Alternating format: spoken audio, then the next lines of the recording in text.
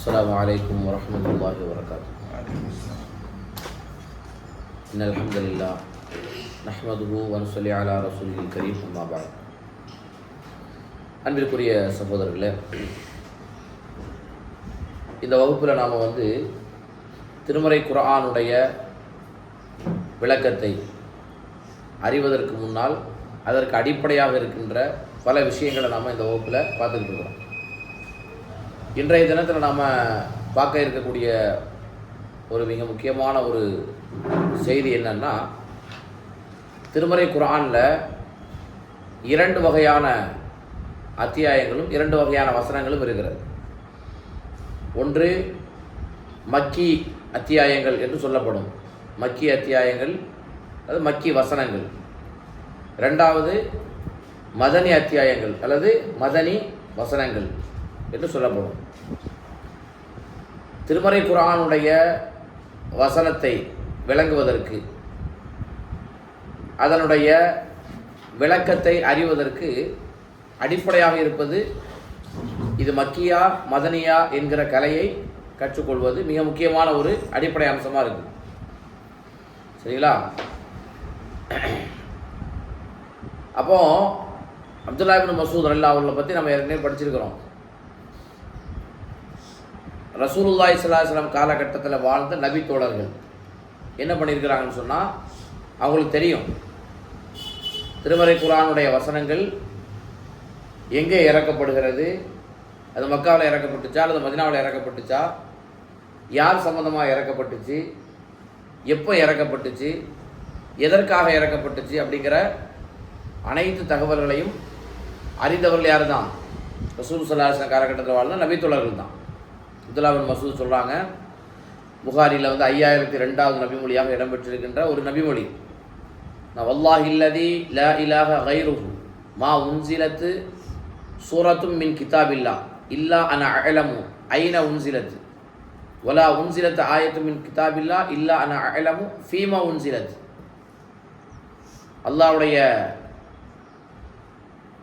அல்லாஹ்வின் மீது சத்தியமாக, அல்லாஹ்வுடைய வேதத்தில் ஒரு சூறா இறக்கப்பட்டுச்சுன்னா அந்த சூறா எங்கே இறக்கப்பட்டது என்கிற அறிவு எனக்கு உண்டு. என்னை தவிர வேறு யாருக்கும் அந்த அளவுக்கு தெரிஞ்சிருக்காது. அதே நேரத்தில் அல்லாஹ்வுடைய வேதத்தில் ஒரு வசனம் இறக்கப்பட்டாலும் அது யார் சம்பந்தமாக அல்லது எது சம்பந்தமாக இறக்கப்பட்டது அப்படிங்கிற அறிவு எனக்கு உண்டு.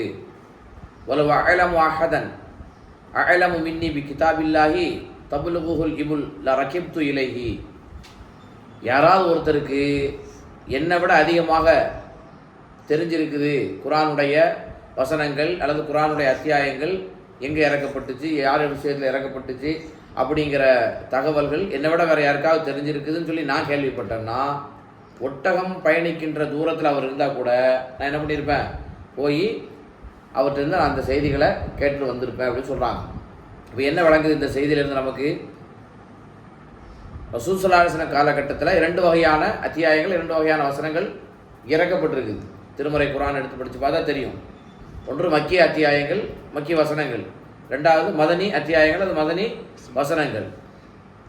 மக்கிய அத்தியாயம் மதனி அத்தியாயம்னா என்ன அப்படின்னா, மக்காவில் இருக்கும் பொழுது, ரசூல் ஸல்லல்லாஹு அலைஹி வஸல்லம் மக்காவில் இருக்கும் பொழுது இறக்கப்பட்ட வசனங்களுக்கு அல்லது அத்தியாயங்களுக்கு மக்கிய அத்தியாயங்கள் மக்கிய வசனங்கள் என்று சொல்லப்படும்.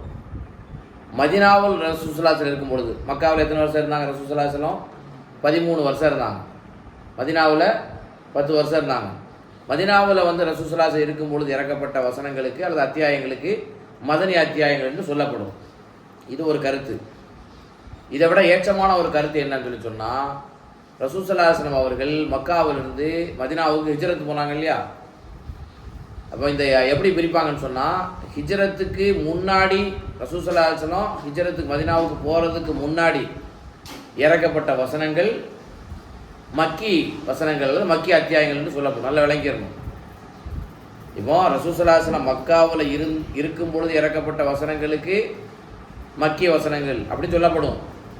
மதீனாவில் ரசூலுல்லாஹ் இருக்கும் பொழுது இறக்கப்பட்ட வசனங்களுக்கு மதனி வசனங்கள் என்று சொல்லப்படும். இது ஒரு கருத்து. இதை விட ஏற்றமான கருத்து என்னன்னு சொன்னால், ரசூல் ஸல்லல்லாஹு அலைஹி வஸல்லம் அவர்கள் மதீனாவுக்கு ஹிஜ்ரத் பண்ணி போயிட்டாங்க. அப்போ ஹிஜ்ரத் பண்ணி போகிறதுக்கு முன்னாடி இறக்கப்பட்ட வசனங்களை என்ன சொல்லுவாங்க? மக்கி வசனங்கள் என்று சொல்லுவாங்க. ஹிஜ்ரத் பண்ணி போனதற்கு பிறகு இறக்கப்பட்ட வசனங்களுக்கு மதனி வசனங்கள் என்று சொல்லுவாங்க. இப்போ ரசூல் ஸல்லல்லாஹு அலைஹி வஸல்லம் அவர்கள் ஹிஜ்ரத் பண்ணி போகிறதுக்கு முன்னாடி இறக்கப்பட்ட வசனங்களுக்கு மக்கின்னு சொன்னோம் இல்லையா. ரசூல்லா மக்காவில் இருக்காவிட்டாலும் அது மக்கி வசனங்கள், மக்கி அத்தியாயம் என்று தான் சொல்லப்படும். ரசூல் ஸல்லல்லாஹு அலைஹி வஸல்லம் ஹிஜ்ரத்துக்கு முன்னாடி மக்காவில் தான் இருந்தாங்க. ஹிஜ்ரத்துக்கு முன்னாடி எங்கே இருந்தாங்க? மக்காவில் இருந்தாங்க. அல்லது வேறு எங்கேயாவது ரசூல் ஸல்லல்லாஹு அலைஹி வஸல்லம் போயிருப்பாங்க. வேறு எங்கேயா மக்காவை தாண்டி வேறு எங்கேயாவது ஒரு இடத்துல ரசூலுல்லாஹ்க்கு வசனம் இறக்கப்பட்டுச்சுன்னா அந்த வசனத்தை என்ன தான் சொல்லுவாங்க? மக்கி வசனங்கள், மக்கி அத்தியாயங்கள் தான் சொல்லுவாங்க. மக்காவில் ரசூல் ஸல்லல்லாஹு அலைஹி வஸல்லம் இருக்காவிட்டாலும். இப்போ ரசூல் ஸல்லல்லாஹு அலைஹி வஸல்லம் மதீனாவுக்கு போயாச்சு. இப்போ ஹிஜ்ரத்துக்கு பின்னாடி இறக்கப்பட்ட வசனங்களுக்கு, அத்தியாயங்களுக்கு மதனி அத்தியாயங்கள், மதனி வசனங்கள் என்று சொல்லப்படும். ரசூல் ஸல்லல்லாஹு அலைஹி வஸல்லம் அவர்கள் மதீனாவில் இருக்காவிட்டாலும் அது மதனி அத்தியாயங்கள் தான், மதனி வசனங்கள் தான். உதாரணத்துக்கு சொல்வதாக இருந்தால் ரசூல் ஸல்லல்லாஹு அலைஹி வஸல்லம் ஹிஜ்ரத் பண்ணி அங்கே போயிட்டாங்க. போனதற்கு பிறகு ஒரு 8 வருஷத்துக்கு பிறகு ஃபத்ஹு மக்கா அப்படின்னு சொல்கிறோம் நம்ம. ஹிஜ்ரி 8ஆம் ஆண்டு மக்கா வெற்றி கொள்ளப்படுகிறது. மக்காவுக்கு வர்றாங்க ரசூல் ஸல்லல்லாஹு அலைஹி வஸல்லம். அங்கே வந்து ஹஜ்ஜி உம்ராலாம் ரசூல் ஸல்லல்லாஹு பண்ணுறாங்க. சரியா? அதுக்கப்புறம் வந்து 10வது ஆண்டு ஹஜ்ஜத்துல் விதா அப்படின்னு நம்ம சொல்லுவோம். அப்படிதானே? ஹஜ்ஜத்துல் விதா கடைசி ஹஜ்ஜு ரசூல் ஸல்லல்லாஹு அலைஹி வஸல்லம் செஞ்ச ஹஜ்ஜில் ஒரு ஹஜ்ஜி தான் பண்ணாங்க, கடைசி ஹஜ்ஜி. அங்கே வச்சு தான் அல்லாஹ் தஆலா வந்து என்ன செய்யற, மக்காவில் வச்சு ஒரு வசனத்தை அல்லாஹ் இறக்குறான். அல் யௌம அக்மல்து லக்கும் தீனக்கும் வ அத்மம்து அலைக்கும் நிஅமதி வ ரதீது லக்கும் அல் இஸ்லாம தீனா அப்படின்னு வசனத்தை இறக்குறான். எங்கே வச்சு இறக்குறான்? மக்காவில் வச்சு இறக்குறான். ஆனால் இந்த வசனம் வந்து மக்கி வசனம் கிடையாது. மக்காவில் இருக்கும் பொழுது இறக்கப்பட்ட வசனங்களுக்கு மக்கி வசனங்கள் என்று சொல்லப்படும் என்றால் இந்த வசனத்தை என்ன சொல்லியிருக்கணும்? மக்கி வசனம் சொல்லியிருக்கணும். ஆனால் அப்படி அல்ல. ரசூலுல்லாஹ் ஹிஜ்ரத் பண்ணி மதீனாவுக்கு போயிட்டாங்க. இப்போ ரசூலுல்லாஹ் மதீனாவில் இல்லை, எங்கே வந்திருக்கிறாங்க? மக்காவுக்கு வந்திருக்கிறாங்க. மக்காவில் வச்சு ஒரு வசனம் இறக்கப்படுது. அந்த வசனத்திற்கு என்ன சொல்லப்படும்? இது மதனி வசனம் என்று சொல்லப்படும். அப்போ இப்படி பிரிச்சுக்கிறோம். எப்படி? ஹிஜ்ரத்துக்கு முன்னாடி இறக்கப்பட்ட வசனம், ரசூல் ஸல்லல்லாஹு அலைஹி வஸல்லம் மதீனாவுக்கு ஹிஜ்ரத்து போகிறதுக்கு முன்னாடி அவங்க ரசூலுல்லாஹ் மக்காவில் இருந்தாலும் சரி, வேறு எங்கே இருந்தாலும் சரி, இறக்கப்பட்ட வசனங்களுக்கு மக்கி வசனங்கள். ஏன்னா பெரும்பாலும் மக்காவில் தான் ரசூலுல்லாஹ் இருந்தாங்க, அதுக்கு மக்கி வசனங்கள் என்று சொல்லப்படும். ஹிஜ்ரத்துக்கு பிறகு இறக்கப்பட்ட வசனங்களுக்கு மதனி வசனங்கள் என்று சொல்லப்படும். சரி, இப்போ இது மக்கியா மதனியா அப்படின்னு எப்படி கண்டுபிடிக்கிறது? இது மக்கி வசனங்கள் தான், மக்காவில் இறக்கப்பட்ட வசனங்கள் இது மதீனாவில் இறக்கப்பட்ட வசனங்கள் அப்படிங்கிறத நம்ம எப்படி அனலைஸ் பண்ணுறது, எப்படி புரியறது? குர்ஆனை நம்ம படிக்கிறோம், படிக்கும் பொழுதே நமக்கு வந்து சில அடிப்படையில் விளங்கிக்கிட்டா இது மக்காவில் இறக்கப்பட்டிருக்கும், இது மதீனாவில் இறக்கப்பட்டிருக்கும், அல்லது மக்கா சம்பந்தப்பட்ட செய்திகளை தாங்கி இருக்கக்கூடிய விஷயங்கள் நம்ம விளங்கிட்டோம்னா இது மக்காவில் உள்ளது. அது மதீனா சார்ந்த விஷயங்கள் அப்படின்னு சொல்லும்பொழுது மதீனாவில் இறக்கப்பட்டதுன்னு சொல்லி விளங்கிக்கிறோம். இப்போ பாருங்கள், ஒரு சில அடிப்படை விஷயங்களை நம்ம விளங்கிக்கணும். என்னன்னு சொன்னால், இது மக்காவில் இறக்கப்பட்டதா மதீனாவில் இறக்கப்பட்ட, அதாவது ஹிஜ்ரத்துக்கு முன்னாடி இறக்கப்பட்ட மக்கி வசனங்களா அல்லது ஹிஜ்ரத்துக்கு பின்னாடி இறக்கப்பட்ட மதனி வசனங்களா என்பதை அறிவதற்கு சில விஷயங்களை நம்ம பார்த்துக்கிட்டால் நமக்கு தெரிஞ்சிடும். சரிங்களா? என்னன்னு சொல்லி சொன்னால்,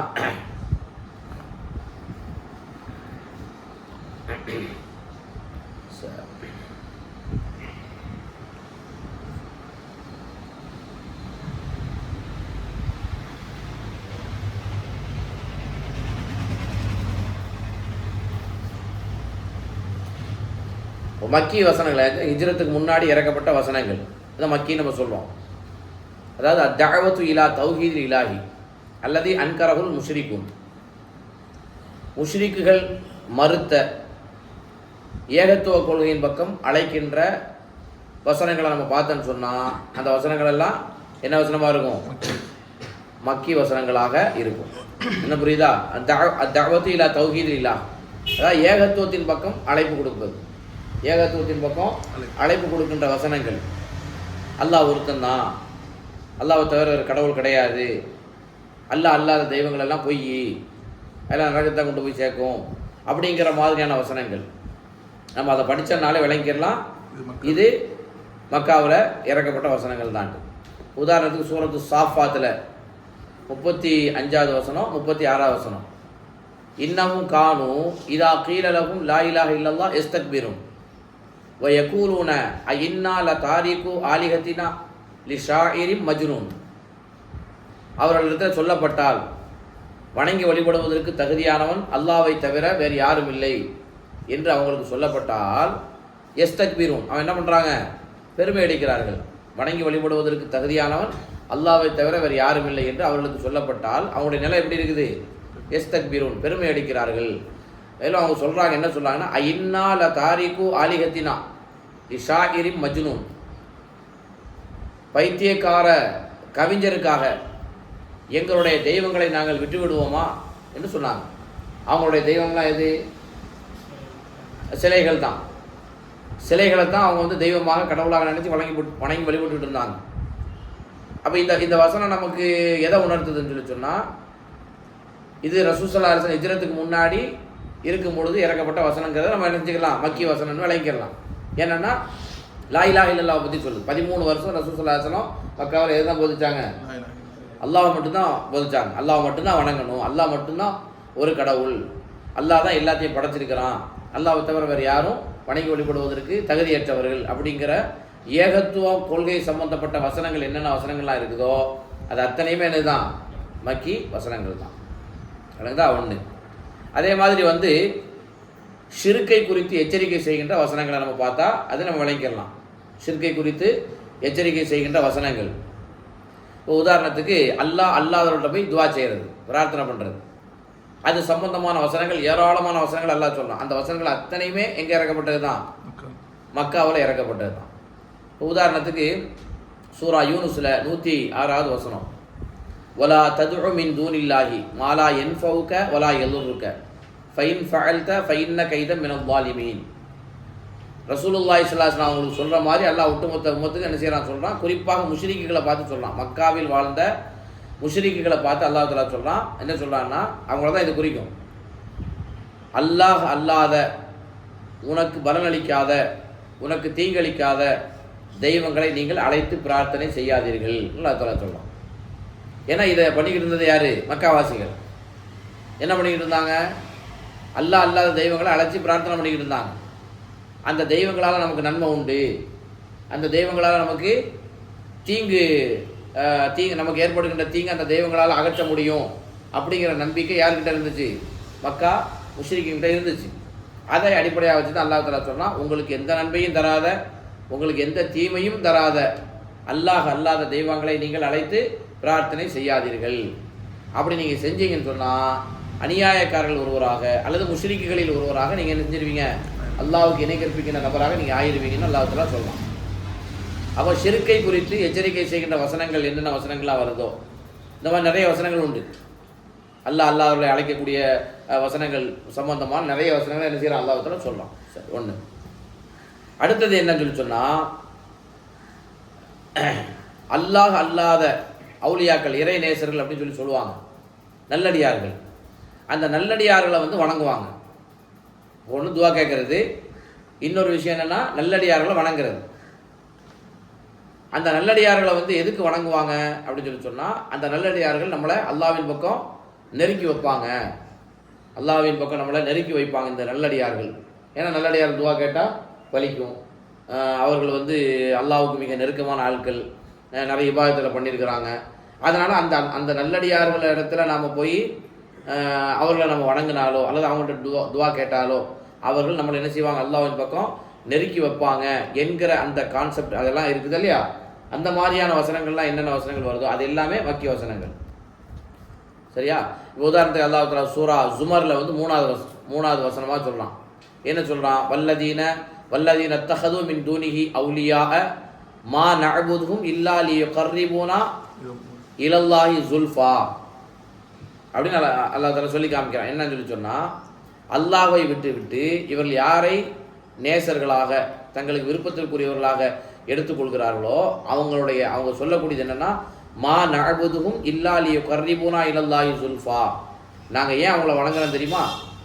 அவங்க எங்களை அல்லாஹ்விடத்தில் மிக அருகில் நெருக்கி வைப்பார்கள், இறைவனுடைய நெருக்கத்தை எங்களுக்கு பெற்று தருவாங்க என்று சொன்னார்கள். அல்லாஹ் தஆலா சொல்லலாம், நீ ஏன்பா அல்லாஹ் வணங்குற? நீ அல்லாஹ் நீ ஏன் வணங்குற? இன்றைக்கும் மக்கள் சொல்கிறாங்க, தர்காவுக்கு போய் நீ ஏன் வந்து அந்த அவுலியாக்கள்கிட்ட போய் துவா கேட்குற? நீ அந்த அவுலியாக்களுக்காக வேண்டி நீ ஏன் அறுத்து பலியிடுற? அந்த அவுலியாக்களுடைய பேரில் நீ ஏன் விழா கொண்டாடுற? அந்த அவுலியாக்களோட பேரில் ஏன் நேர்ச்சி செய்கிற அப்படின்னு சொல்லி நம்ம கேட்டால் அவங்க என்ன சொல்கிறாங்க? வணங்கவா செய்கிறோம், வணங்கலாம் இல்லை, அப்படியே ஒரு காலம் வணங்குறதாக இருந்தால் கூட நாங்கள் ஏன் பண்ணுறோம்? இந்த அவுலியாக்கள் நம்மலாம் தப்பு பண்ணக்கூடிய ஆள், நம்ம பாவியாக இருக்கிறோம். நம்ம டைரெக்டாக எப்படி அல்லாஹ்கிட்ட கேட்க முடியும்? அல்லாஹ் தாலாவுக்கு அது பிடிக்காது. அதனால் அல்லாஹ்வுக்கு மிக நெருக்கமான ஆட்கள் அவுலியாக்கள் தான். அதனால் இந்த அவுலியாக்களுக்கு சில நல்ல காரியங்களை செஞ்சால், அவங்க பேரில் கந்தூரி விழா எடுத்தா, நேர்ச்ச சோறு ஆக்கி கொடுத்தா, மௌலுது ஓதுனா, அல்லது இந்த மாதிரியான அறுத்து பலியிடுறது, வணக்க வழிபாடுகளை செஞ்சால் இவங்க நமக்கு வந்து என்ன செய்வாங்க? அல்லாஹ்விடத்தில் ரெக்கமெண்ட் பண்ணுவாங்க, நம்மளை அல்லாஹ்விடத்தில் நெருக்கி வைப்பாங்க, நமக்கு சொர்க்கம் போகிறதுக்கு இவங்க வந்து என்ன செய்வாங்க? சிபாரிசு பண்ணுவாங்க என்பதற்கு தான் நாங்கள் என்ன செய்கிறோம்? இந்த மாதிரியான விழாக்களை எல்லாம் நாங்கள் எடுக்கிறோம் என்று இன்றைக்கி சொல்கிறாங்க இல்லையா? இது அன்னைக்கு குறைசிகள் சொன்னது. அதுதான் அல்லாஹ் தஆலா சொன்னான், இல்லாலி கர்ரிபூனா இலல்லாஹி சுல்ஃபா, எங்களை இவர்கள் அல்லாஹ்விடத்தில் நெருக்கி வைப்பார்கள் என்பதற்காகத்தான் நாங்கள் இவர்களை வணங்குகிறோம், அறுத்து பலியிடுறோம், அவங்கள்ட்ட போய் துவா கேட்குறோம், அவங்களுக்கு சஜிதா பண்ணுறோம். இதெல்லாம் எதுக்கு நாங்கள் பண்ணுறோம் அப்படின்னு சொன்னால் இதுக்காக வேண்டி தான். அப்போ இந்த மாதிரியான வசனங்கள் என்னென்ன வசனங்கள் வருதோ அது எல்லாமே என்ன தான்? மக்கி வசனங்கள் தான். ஒன்று. அடுத்தது வந்து என்னென்னா, மறுமை நாளை நம்புவது சம்பந்தமான வசனங்கள் என்னென்ன வசனங்கள்லாம் வருதோ, மறுமையை பற்றிய வசனங்கள், மறுமை சம்பந்தப்பட்ட வசனங்கள், அல்லது மறுமை நாளை நம்ப வேண்டும் என்று அழைப்பு கொடுக்கின்ற வசனங்கள் என்னென்ன வசனங்கள்லாம் வருதோ அந்த அத்தனை வசனங்கள் என்னது தான்? மக்காவில் இறக்கப்பட்ட வசனங்கள் தான். சொல்லுங்கதா? அதாவது மறுமையை நம்பணும், அதே நேரத்தில் விசாரணைக்காக வேண்டி மக்கள் தங்களுடைய கபர்களிலிருந்து மீண்டும் எழுப்பப்படுவார்கள் என்பது சம்பந்தமான வசனங்கள். ஏன்னா இதை மறுத்தது யார்? மக்காவில் வாழ்ந்த முஷ்ரிக்குகள் மறுத்தார்கள். எதை மறுத்தாங்க? மறுமை நாளை மறுத்தாங்க. அவங்க என்ன சொன்னாங்கன்னா,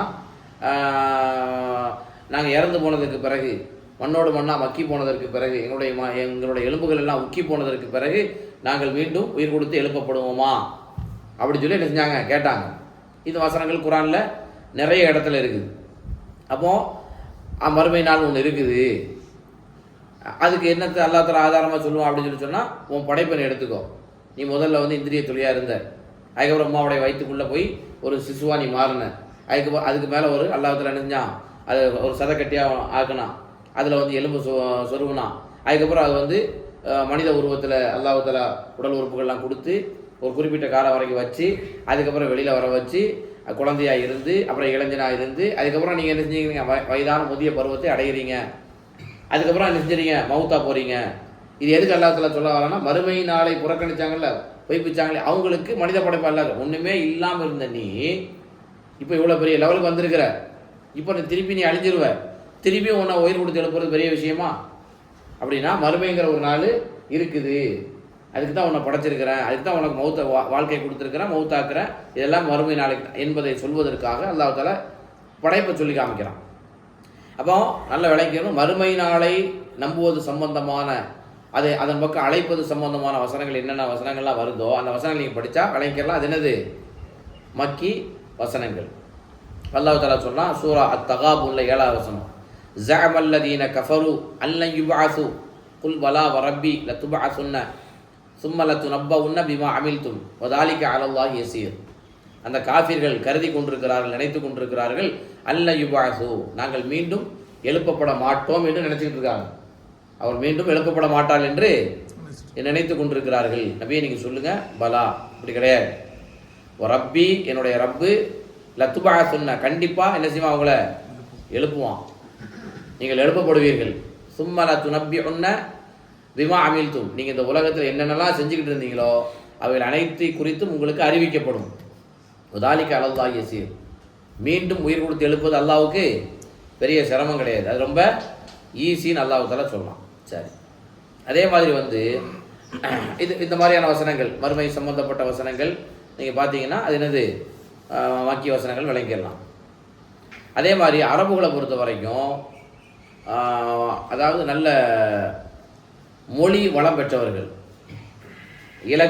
இலக்கியத்தில் கைதேர்ந்தவர்கள் அரபுகள் இருக்காங்க இல்லையா, அவங்க வந்து எப்படிப்பட்டவங்கன்னா இலக்கியத்தில் கைதேர்ந்தவர்கள், இலக்கணத்தில் கைதேர்ந்தவர்கள், அவங்களுடைய ஃபசாகத், அதாவது தெளிவாக அவங்களுடைய பேச்சு இருக்கும். சரிங்களா? இலக்கியத்தில் ஒரு உயர்ந்தவர்கள் அவங்க. இப்போ வந்து அவங்க என்ன சொன்னாங்கன்னா, ரசூசல்லாஸ்லாம் அவங்கள பார்த்து இவர் இட்டு கட்டுறாரு, பொய் பேசுகிறாரு, யார்த்தையோ வந்து கற்றுக்கிட்டு வந்து என்ன செய்கிறாரு சொல்கிறாரு அப்படின்னு சொல்லி குர்ஆன் வசனங்களை வந்து என்ன செஞ்சாங்க, மறுத்தாங்க. சரிங்களா? அப்போ அதை அவங்க வந்து எந்த அளவுக்கு இலக்கியத்தில் கைதேர்ந்தவர்களாக இருந்தாங்களோ அந்த இலக்கணத்தையும் இலக்கியத்தையும் தூக்கி சாப்பிடக்கூடிய அளவுக்கு அல்லாஹ் என்ன பண்ணான், திருமறை குர்ஆனை இலக்கண இலக்கியத்தோடு நெஞ்சான் இறக்கணும். இப்போ பாருங்க, யூனுஸில் சூரா யூனுஸில் 38 வசனம், அம் யகூலு நஃப்தராஹு குல் ஃபஅத்து பி சூரத்தி மிஸ்லி. அல்லாஹ் இப்படி சவால் விடுவான். இது என்னன்னா, இப்போ மக்கி வசனம் அப்படிங்கிறத கண்டுபிடிக்கிறதுக்கு ஒன்று என்னென்னா அல்லாஹுடைய சவால்.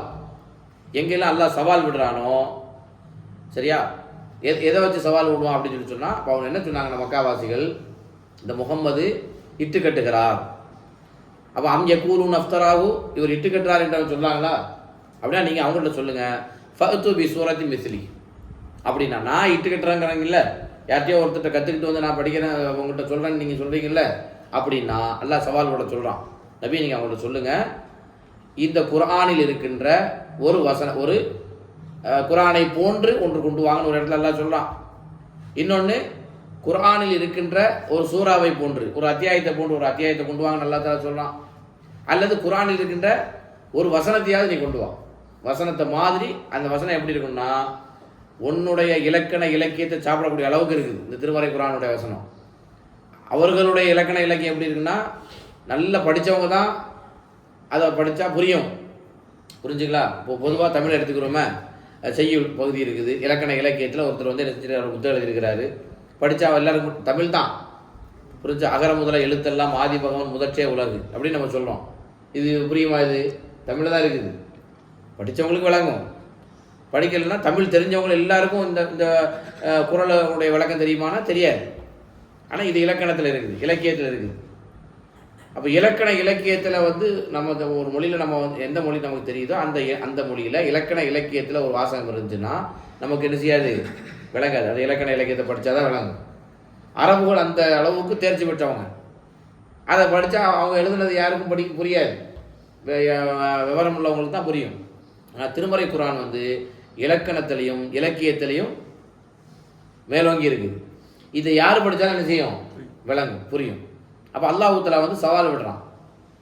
அதாவது நீங்கள் இந்த மாதிரி வந்து நீங்கள் வந்து உங்களுக்கு அறிவு இருக்குது, இலக்கணத்திலையும் இலக்கியத்திலையும் நீங்கள் கை தேர்ந்தவங்களாக இருக்கிறதுனால முகமது யார்ட்டையோ வந்து படிச்சுட்டு வந்து சொல்கிறாரு, கேட்டுட்டு வந்து சொல்கிறாரு நீங்கள் சொல்கிறீங்கல்ல, அப்படின்னு சொல்லி சொன்னால் ஒரு அத்தியாயத்தை கொண்டு வா, ஒரு சூறாவை கொண்டு வா அப்படின்னு சொல்லி எல்லாம் என்ன செய்கிறான், சவால் விடுறான். அப்போ சவால், அரபுகளுக்கு சவால் விடுகின்ற வசனங்கள் எங்கேயா வந்துச்சுன்னா அந்த வசனங்களை படித்தா நம்ம விளங்கிறோம் என்னது, இது மக்கி வசனங்கள் என்று விளங்கிறோம். சரியா? அதே மாதிரி குர்ஆனில் வந்து வரலாறுகள் அல்லாஹ் தஆலா சொல்லுவான். சரிங்களா? வரலாறுகள், நபிமார்களுடைய வரலாறுகள், பொய்ப்பித்தவர்களுடைய வரலாறுகள், நபிமார்களை பொய்ப்பித்தவர்களுடைய வரலாறுகள், அவர்கள் அழிக்கப்பட்ட வரலாறுகள், இந்த வரலாறுகள் எல்லாம் எங்கெங்கெல்லாம் வருதோ இது எல்லாத்தையும் பார்த்தா நம்ம படித்தா என்ன விளங்கிடணும், இதெல்லாம் மக்கி வசனங்கள் அல்லது மக்கி அத்தியாயங்கள் விளங்கிடணும். உதாரணத்துக்கு வந்து நூஹ் அலைஹிஸ்ஸலாத்து வஸ்ஸலாமுடைய சமூகத்தை பற்றி எல்லாம் பேசுகிறான். ஹூது சமூகம், சாலிஹ் அலைஹிஸ்ஸலாத்து வஸ்ஸலாமுடைய சமூகம், ஷுஐப் அலைஹிஸ்ஸலாத்து வஸ்ஸலாமுடைய சமூகம், மூசா அலைஹிஸ்ஸலாத்து வஸ்ஸலாம், இவர்கள் அல்லாதவர்கள். இவங்களை பற்றியான ஒன்று அந்த நபிமார்களுடைய வரலாறுகள், அந்த நபிமார்களுடைய காலகட்டத்தில் வாழ்ந்த மக்களுடைய வரலாறு, அவங்களில் ஏற்றுக்கிட்டவங்க, ஈமான் கொண்டவங்க, ஏற்றுக்கொள்ளாதவர்கள், ஈமான் கொண்டவர்கள் அல்லாஹ் தஆலா எப்படி பாதுகாத்தான், ஈமான் கொள்ளாதவர்களை பொய்ப்பித்தவர்களை அல்லாஹ் தஆலா எப்படி அழித்தான் அப்படிங்கிற அந்த வரலாறுகள்லாம் இருக்குது இல்லையா.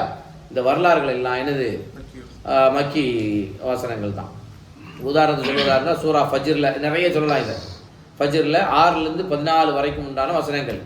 அலம் தர கைஃப ஃபஅல ரப்புக பிஆத் இரமதாத்தில் இமாத் அல்லதி லம் யுக்லக் மிஸ்லுஹா ஃபில் பிலாத் வ ஸமூத் அல்லதீன ஜாபு ஸஹ்ர பில் வாத் வ ஃபிர்அவுன தில் அவுதாத் அல்லதீன தகவ் ஃபில் பிலாத் இப்படின்னு அல்லாஹ் தஆலா சொல்றான்.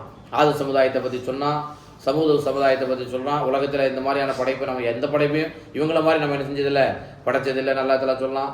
வரம்பு மீறிய ஃபிரௌனுடைய கூட்டத்தை பற்றி அல்லாஹ் தஆலா சொல்லலாம். வேறு வேறு குர்ஆனில் வந்து அத்தியாயங்களில் நூஹ் நபியினுடைய வரலாறு, மற்ற நபிமாருடைய வரலாறு, மூசா நபியுடைய வரலாறுலாம் சொல்லி காமிக்கிறான். இப்போ இந்த மாதிரியான வரலாறுகள்லாம் படிக்கும்போது நம்ம என்ன விளைக்கிறணும், இது மக்காவில் இறக்கப்பட்ட வசனங்கள் விளைக்கிறது. அதே மாதிரி வந்து பொறுமை காக்க வேண்டும் என்று நபி ஸல்லல்லாஹு அலைஹி வஸல்லம் அவர்களுக்கும் சகாபாக்களுக்கும் அல்லாஹ் தூண்டுற மாதிரி சில வசனங்களை இறக்கியிருப்பான்.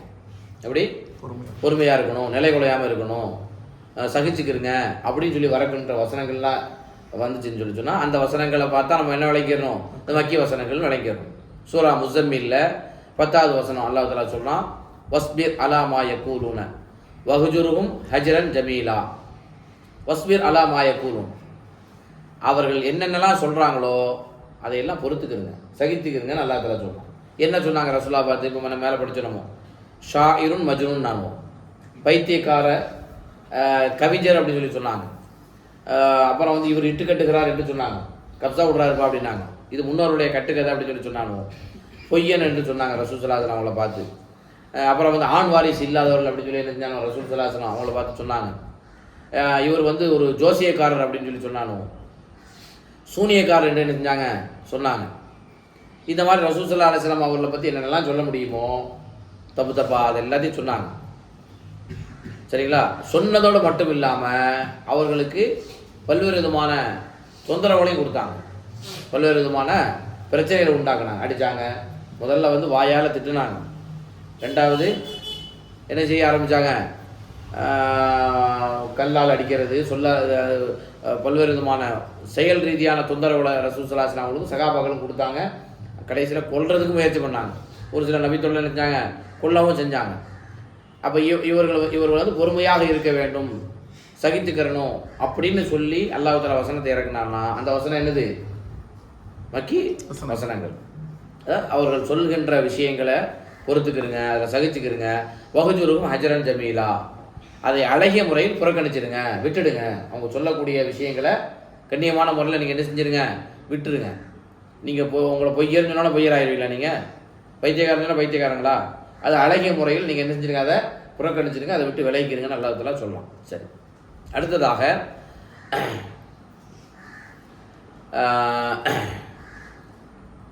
சரி ஓகே, இன்னும் நிறைய விஷயங்கள் உண்டு. இன்ஷால்லா அடுத்த வகுப்பில் நம்ம என்ன செய்வோம், நம்ம பார்ப்போம். ஓகேவா? இப்போ மக்கிய வசனங்கள் என்றால் அது எப்படி விளங்குறது அப்படிங்கிறதுக்கு சில அடிப்படை விஷயங்கள் நம்ம சொன்னோம். அதை படித்தா நமக்கு நெஞ்சிடும் இது மக்கியா மதனியாங்கிறது விளங்கி. இப்போ மக்கிய வசனங்களை பற்றி கொஞ்சம் சொல்லியிருக்கிறோம். இன்ஷால்லா இதுக்கப்புறம் மக்கியில் வேறு சில செய்திகளும் இருக்குது, அதையும் மதனி வசனங்கள் எப்படி இருக்கும் அப்படிங்கிறதையும் நம்ம இன்ஷால்லா பார்ப்போம் அடுத்த வகுப்புலனா.